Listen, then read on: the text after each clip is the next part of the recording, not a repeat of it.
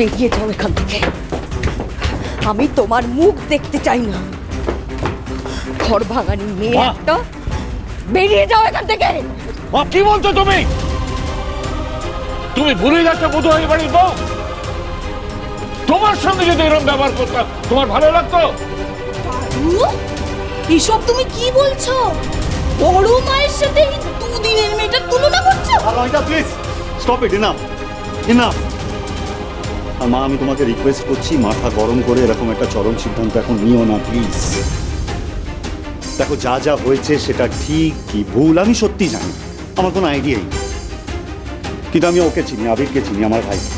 Exactly তোমরা যেমন ওকে চেনো। আর আমি এটা বিশ্বাস করি ও কোনো ভুলভাল সিদ্ধান্ত নেবার ছেলেই নয় মা। আর ও যে এত বড় একটা স্টেপ নিয়েছে না মা, নিশ্চয়ই কিছু চিন্তা ভাবনা করেই নিয়েছে, বিশ্বাস করো। দাদা ভাই, তুই কি ইনডিরেক্টলি রনির অ্যারেস্ট হওয়াটাকে সাপোর্ট করছিস? আমি কেন সাপোর্ট করতে যাবো? ফর গড সেক, তুই অযথা এরকম হাইপার হয়ে যাস না প্লিজ। আচ্ছা, আমার কথাটা শোন, আমরা সবাই মিলে একবার আবিরের সাথে আলোচনা করি না? খুব আবির কেন এমনটা করছে সেটা তোমরা বুঝতে পারছো না? বেগমের প্রেমে অন্ধ হয়ে গেছে আমাদের আবির। ওই মেয়েটা আবিরের মাথাটা চিবিয়ে চিবিয়ে খেয়েছে। তো তোমরাই ভাবো না, নিজের বাড়িতে নিজের দিদির বিয়ের দিন কেউ পুলিশ ডাকতে পারে? তাই না।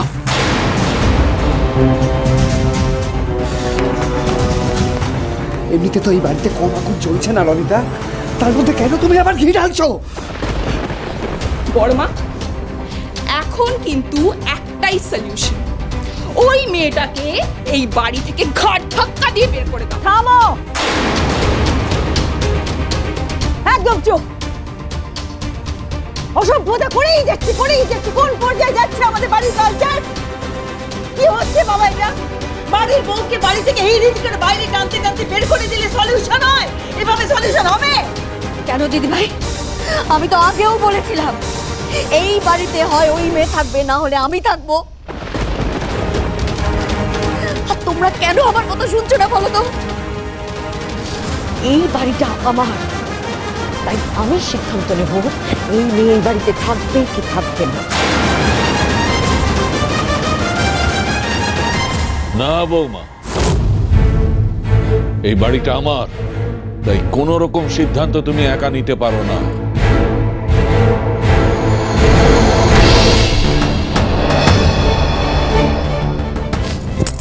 আমাকে ক্ষমা করবেন বাবা, এই বাড়িটা এখন শুধু আপনার একার নয়। স্বর্ণালী, কিভাবে কথা বলছো তুমি বাবার সাথে? হ্যাঁ, এটা কি ধরনের কথা? কেন? সেদিন যখন আবির এই কথা বলেছিল তখন তুমি, বাবা, সবাই ওকে সাপোর্ট করেছিলে। এই দুদিনের মেয়ে যদি বাড়ির ওপর অধিকার ফলাতে পারে, তাহলে তো আমার অধিকার আছে এই বাড়ির প্রতি। কারণ এই বাড়ির জন্য আমি কম কিছু করিনি। তাছাড়া এই বাড়িতে আমরা সবাই থাকি, তাই এই বাড়ির ভালো মন্দ সবকিছু বলার অধিকার আছে আমাদের সবার। এই সিদ্ধান্তের উপর আমার মেয়ের ভালো মন্দ জড়িয়ে আছে, তাই এই সিদ্ধান্ত তো আমাকে নিতে হবে বাবা। আচ্ছা, বিষয়টাকে এত জটিল না করে নিলেই তো হয়।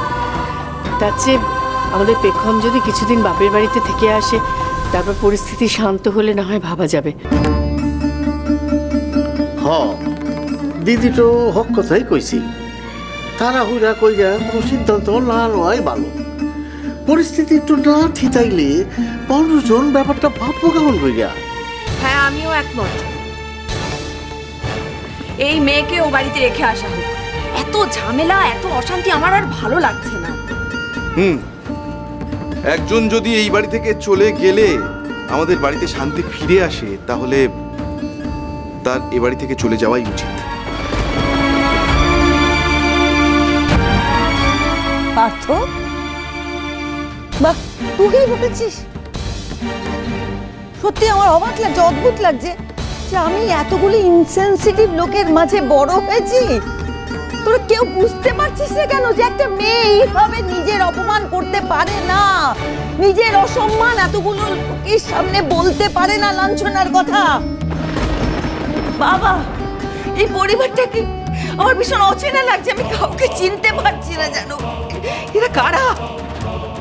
ওদের কথা অ্যাটলিস্ট আমরা একবার শুনি। মা, শ্রী, প্লিজ একটু বোঝার চেষ্টা করো, একবার শুনি। পিসিমণি, তোমরা আমার ব্যাপারে একটু বেশি ইনসেনসিটিভ হয়ে পড়ছো না? হ্যাঁ, আজকে এই বাড়িতে আমার থেকে বেশি ইম্পর্টেন্ট এই মেয়েটা তোমাদের কাছে।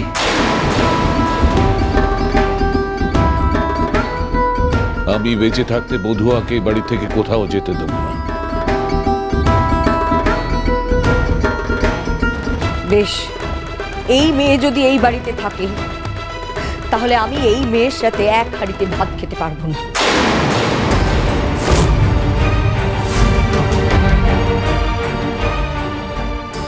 দরকার পড়লে আমি আমার মেয়ে না খেয়ে থাকবো।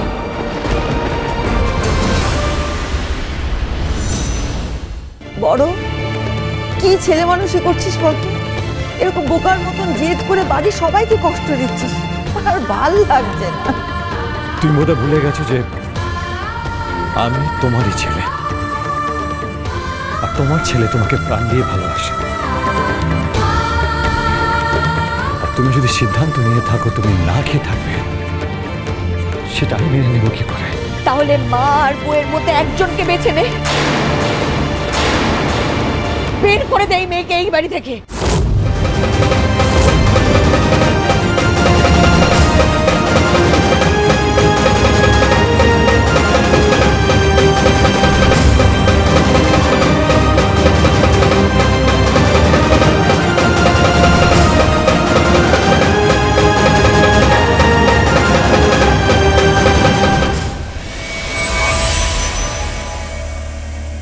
পারবো না মা, তুমি এই কাজটা করার শিক্ষা দাওনি।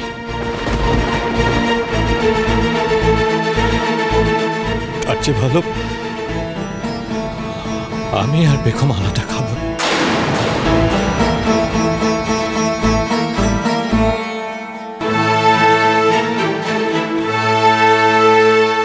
কিন্তু এই বাড়ি ছেড়ে যাব না মা।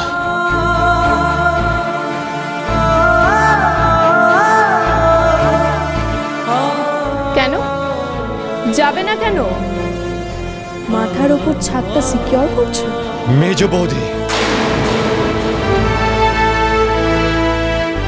ঠাকুরের কৃপায় মাথার ছাদ তৈরি করার ক্ষমতা আছে আমার, কিন্তু এই বাড়ি ছেড়ে চলে যাওয়া মানে বেগমের সততাকে ছোট করা।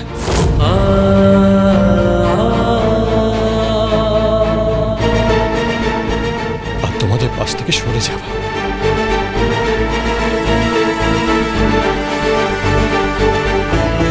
এ দুটোর কোনোটাই আমি করব না,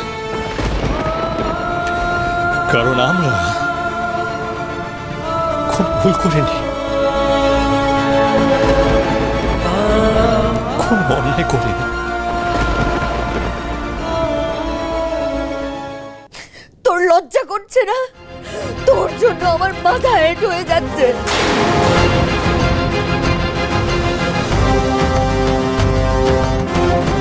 মা,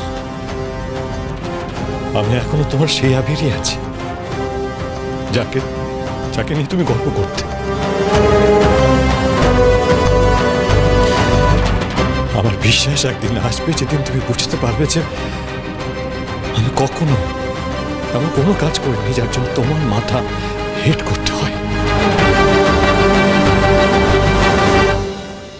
আমি কাউকে শান্তি দিতে পারি না।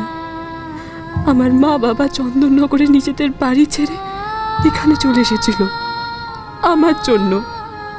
আজ আবিরের সবাই থেকেও কেউ থাকলো না আমার জন্য।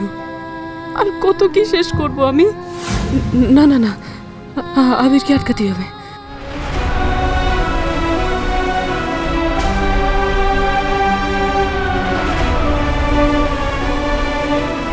আবির, আবির তুমি এরকম বলো না সংসারটা ভেঙে যাচ্ছে, তুমি এটা মেনে নিও না।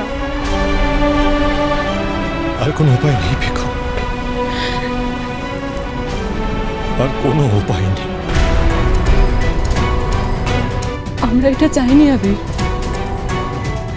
এই লড়াইটা এই সংসারের মানুষগুলোর সাথে না।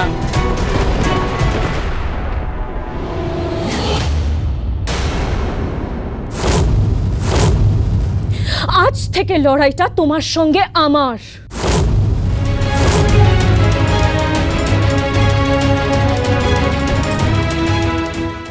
তুমি এতদিন আমার ভালো রূপটা দেখেছো পেখম, খারাপটা দেখোনি।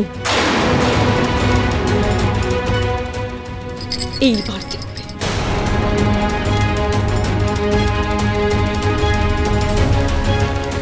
শান্তিতে তোমাকে আমি থাকতে দেবো না, আই প্রমিস। দিদিমা এসব কি বলছিস তুই?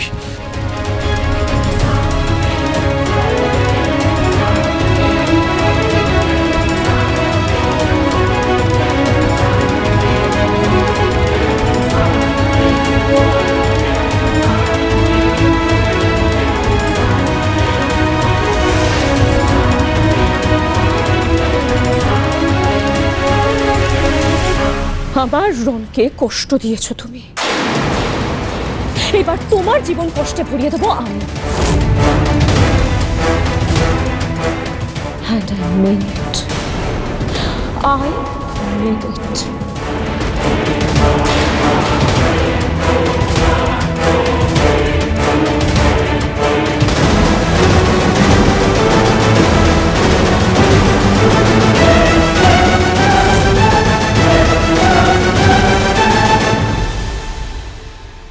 তুমি সত্যি বিশ্বাস করো এই কদিনের মধ্যে বাড়ির সবার রাগ কমে যাবে? তুমিও তো বলেছিলে আমরা যখন সবার সামনে সব সত্যিটা আনতে পারবো তখন আমাদের সবাই বুঝবে।